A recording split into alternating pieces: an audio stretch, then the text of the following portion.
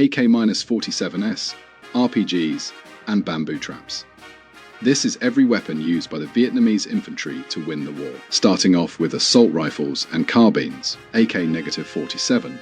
This legendary assault rifle became the defining symbol of the PVN forces. It was incredibly reliable in the mud and rain, proving far more durable than the early M16s used by American troops. SKS next is the SKS. This semi-automatic carbine was a staple for Viet Cong militia units.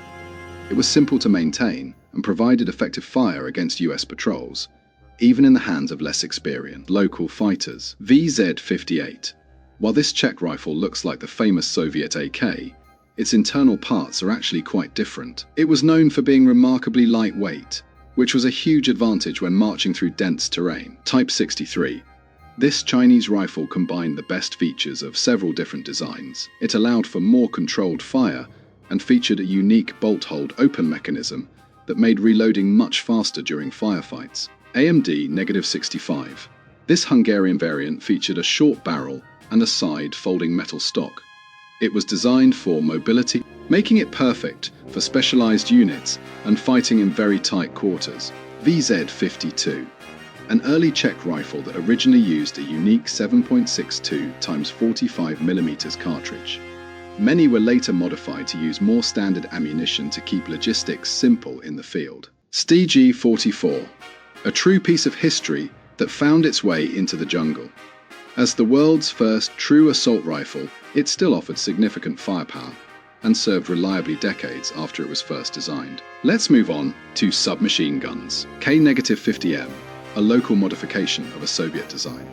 This weapon was built specifically for jungle warfare against US patrols. Its shortened barrel and wire stock made it perfect for lightning-fast ambushes. PPSH-41. This Soviet PPSH-41 was famous for its blistering rate of fire. When using a large drum magazine, it could spray a massive amount of lead in a very short amount of time during a jungle ambush. PPS-43. A rugged and compact weapon made mostly from stamped steel. It was highly praised for being lightweight and easy to carry on long treks through the mountains to intercept US transport convoys. M4957. A Yugoslavian submachine gun that shared many traits with Soviet designs. It was a solid and dependable choice for close-range combat, and was very easy for soldiers to keep in working order. M56. This Yugoslavian weapon was inspired by German designs from the Second World War. It used a distinctive long magazine and offered a folding stock that made it easy to conceal. SE-23. A clever Czech submachine gun that utilized a telescoping bolt to keep the overall length very short. It was very advanced for its time and offered excellent balance during fire. Scorpion VZ-61.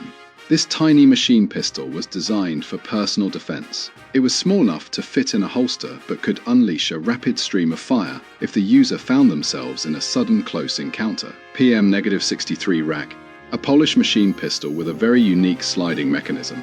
It was used by tank crews and special units who needed a very compact weapon that could still provide automatic fire. MP40. The iconic German MP40 was often supplied as military aid. Its low recoil and steady rate of fire made it very effective for urban fighting or jungle skirmishes against well-equipped US troops. PPD-3440.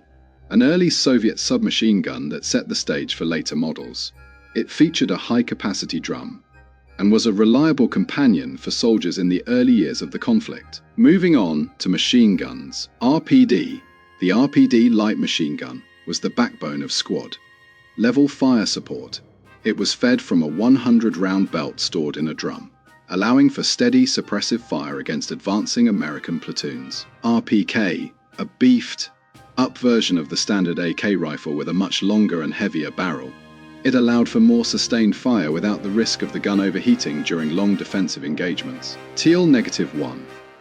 This was a domestic version of the RPK heavy rifle. It was produced locally to ensure that squads had enough heavy firepower, even when shipments from abroad were delayed. PKM, widely considered one of the best machine guns ever made. It was surprisingly light for its power and could operate in the harshest environments without ever failing during major offensives. DP-28. Easily recognized by the large, flat ammunition pan on top. Though it was an older design, its heavy rounds were very effective at keeping the enemy at a distance. RP-46, a modified machine gun that used a belt feed system instead of the older pan magazines. This allowed the gunner to fire for much longer periods before needing to reload. SG-43, a heavy machine gun often mounted on wheels or a tripod. It was primarily used to defend fixed positions and could fire thousands of rounds during a long engagement. UK VZ-59, a versatile Czech machine gun that could be used in both light and heavy roles. It featured a unique design where the pistol grip was used to cock the weapon. CSHK. This massive heavy machine gun fired powerful rounds designed to tear through armor. It was the North's primary weapon for downing us helicopters and stopping light vehicles in their tracks. ZPU-1. This single-barrel anti-aircraft gun was often hidden in the jungle. It was extremely powerful and could easily take down US search and rescue aircraft that flew too low over the dense canopy. MG-34, a precise and fast-firing German machine gun from the Second World War. Its high quality and reliability made it a formidable tool for defense even many years later. MG-42, known for its terrifyingly high rate of fire, this weapon could pin down entire platoons. The sound of its fire was unmistakable and feared by anyone on the receiving end. Moving on to Bolt, action and sniper rifles. Mosin Nagant, a rugged bolt action rifle that had been around for a very long time. It was prized for its simplicity and the powerful cartridge that could reach targets far across the valley from hidden positions. SVD Dragunov, a dedicated marksman rifle built for extreme accuracy. It allowed North Vietnamese snipers to pick off US officers and high-value targets from a great distance with terrifying precision. Mosin Nagant PU Sniper, a classic bolt action rifle equipped with a 3.5 power optical scope. It was used by many skilled marksmen to harass enemy patrols from hidden positions. Kar-98 Reals K, the standard German rifle from World War II, these were often supplied as aid and were valued for their legendary accuracy and extremely strong bolt action. Now, let's look at handguns. TT-33, a flat and compact Soviet pistol that was very easy for officers to carry. It fired a high-velocity round that was surprisingly good at penetrating the flak jackets worn by American personnel. Makarov PM, a small and simple sidearm that was very reliable in the field. Its compact size made it a perfect choice for pilots and officers who needed a backup weapon during intense close-quarters skirmishes.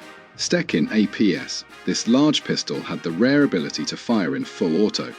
It often came with a wooden holster that could be attached to the back to serve as a shoulder stock. Nagant M1895, a unique revolver with a special gas seal system. This allowed it to be used effectively with a suppressor, making it a favorite for quiet nighttime operations. Type 67 pistol, a specialized Chinese handgun designed with an integrated silencer. It was an essential tool for scouts and special forces who needed to take out sentries without being heard. C96. This vintage semi-automatic was famous for its broom handle grip. Despite its age, it remained a functional and effective weapon during the long years of fighting. Next up, anti-tank and support weapons. RPG-2, a simple and portable rocket launcher that gave the infantry a way to fight back against bunkers. It was easy to use and very effective at close range. RPG-7, the most iconic anti-tank weapon of the war, the B-41 provided the range and accuracy needed to destroy us bunkers and was a constant threat to American armored columns. B-10, an 82mm recoilless rifle that could be broken down and carried by hand. It provided heavy direct fire support to help local forces overcome fortified US bases and sandbagged outposts. B-11, a larger 107mm recoilless rifle used for the most difficult targets. It required a large crew to operate, but could destroy almost any bunker it hit. SPG-9, a tripod-mounted recoilless gun that fired specialized fin-stabilized rounds. It was very accurate and could engage enemy positions from a safe distance. LPO-50. This Soviet flamethrower used pressurized tanks to blast fire at enemy targets. It was a terrifying weapon, used primarily for clearing out US defensive positions, and reinforced perimeter bunkers. Say -7 Grail, this heat-seeking missile system fundamentally changed the war in the air. It forced us pilots to fly much more defensively to avoid being shot down by hidden ground teams. At -3 Saga, a wire-guided anti-tank missile that allowed an operator to steer the rocket in flight. It was a high-tech solution for taking out heavy armor on the battlefield.